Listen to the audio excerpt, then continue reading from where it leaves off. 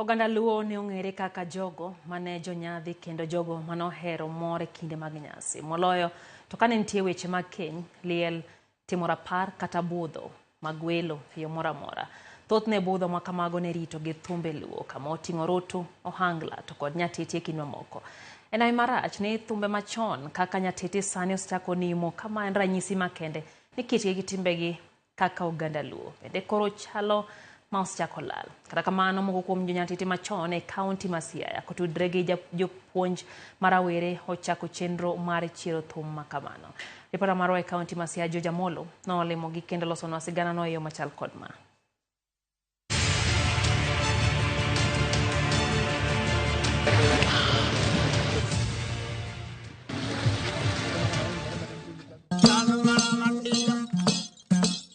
Thum nyatiti ne humbe rarieya kendo jogo mane goye bende ne thoth e higni machon, to kata kamano luoro nitie ni ka ok ong'i malong'o to thum nyatiti kidek lal marum chutho nimar jok ma pod goye sani koro tin. Ane gweng' ma West Alego e kaunti ma Siaya, kama yudo e jaduong' Omondi Ogutu ma en achiel kuom jonyatiti matin ma pod odong'. An achako thum kapod iomo thum gi siling 5. Nyaka thum odonji siling 8.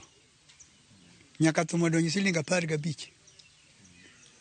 Nyaka kamwa tundeni tin ka ng'at mo oma maber nadho gon thum en winjiro kwa kode kata wacho na 600 kata wacho ni 5,000 kata wacho ni 3,000. Jaduong' Omondi Ogutu ma sani jahigni 87 wacho ni gima miye kibaji mathoth en ni thoth jothum wadgi magoro oselal godo, kendo mae wach mamiyo thumbe nyatiti sani dhi ka rumo. Mwan wagocho go gola, wagocho go chieng' kuruoch, wagocho go kelo kamtula. Wit kamtula no chako thum 54 kowan jothum motegno be koro wagocho kode. Ero koro kendo nyocha oganga kogada to obende wagocho go obendo chako bang' wakato kendo hawa koro wagocho kode kajo machal. Pedha kutumu ne wagocho go kacha, wamiya kong'injo ne wagocho go kacha, Omondi Krang'e ne wagocho go kacha, machien gi makora chien gi to Omondi Tao, Orawo Doda, Mathayo Nyolo, Bwando Thembo, mago jo wagocho go duto. Apana wadong japa mwakora neno kata kwa beti chokruok mabura man athoro neno 14. Luoro koro nitie ni samoro thum nyatiti kidek ni mochutho nimar kidieny ma sani en mar jok matindo ma ong'eyo mana thumbe manyasani. Kata kamano, jaduong' Charles Obongo Omenda ma bende ne jathum to koro loko tanga kendo wacho ni bang' awayo jogore gi lak en sani koro makore gi sikunde ma gikonyore godo chiero thum nyatiti. Ago thum higni 14 to chunya wonto noseneno no adwa weye.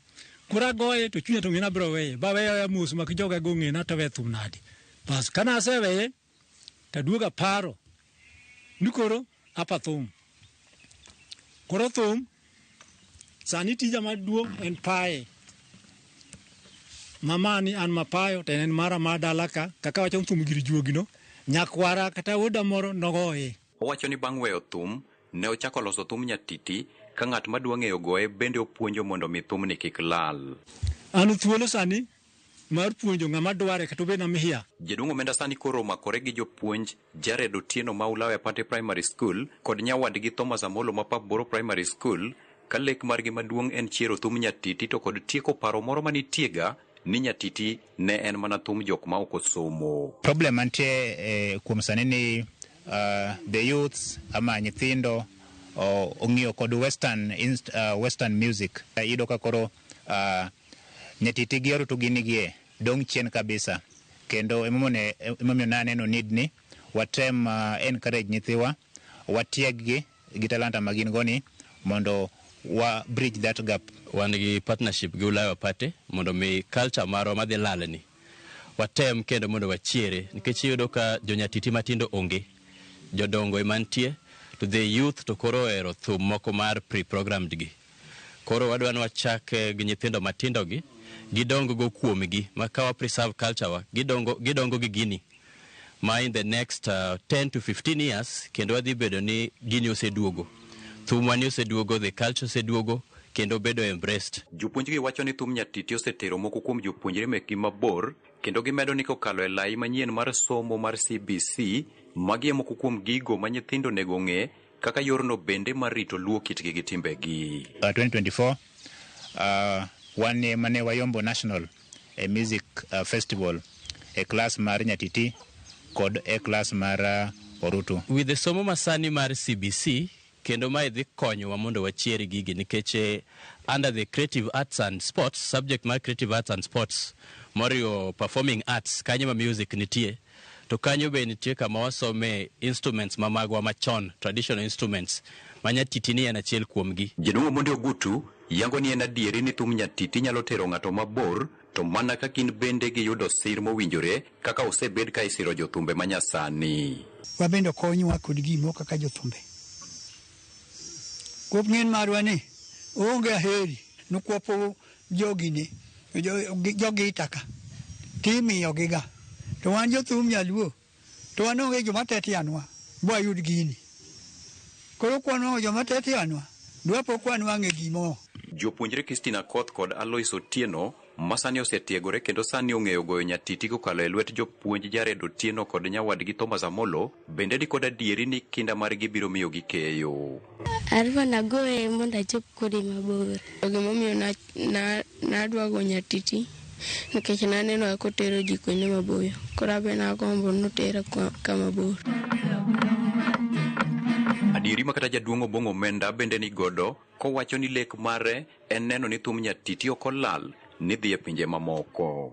Nitie nya Japan moro nyocha nobiro ira ka bende apuonjo thum sani bende jathum koro an thuolo mar puonjo ng'ata madwa mondo ng'ego thum to nikech kaka an awuon ok mora ka thum ma nyaluo lal to seche ma wasungu koro kawe ganu goye to dok kod ge thurgini wasungu kano sechopo thuri kucha bose ng'ego thum wasungu bro tamwa e thumni. E kindegi ma oganda luo e piny mangima biro kanyakla kaka yor chiero gundgi kokalo e dhialo luo kitwa gi timbewa ka lek mare maduong' en chiero juok luo. Moko kuom thumbe luo kaka Orutu, Ohangla kod Nyatiti kaka magi ema nyalo konyo e chopo lekno. George Amolo, Ramogi TV, Siaya.